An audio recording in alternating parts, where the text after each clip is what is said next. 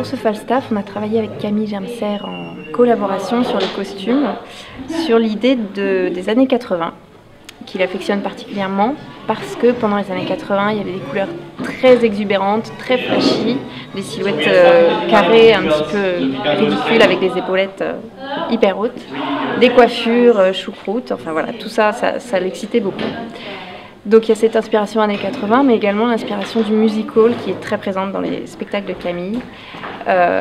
Notamment au moment du final de Falstaff, ce sera très inspiré du musical avec des strass, des paillettes, des plumes, tout ce qui brille, des chorégraphies, quelque chose de très très classe et très, très épatant. Et sur ce spectacle, donc il y a 17 chanteurs, mais 75 costumes à peu près.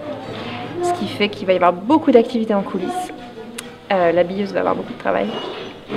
Et donc, ce ne sont pas uniquement des costumes que j'ai entièrement fabriqués sur mesure, mais une grande partie provient du stock de Camille, qui collectionne depuis des années des fripes musicales un petit peu.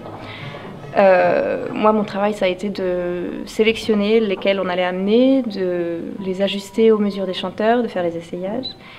Et également de trouver des vestes un petit peu anciennes, enfin anciennes, c'est relatif puisque c'est les années 80.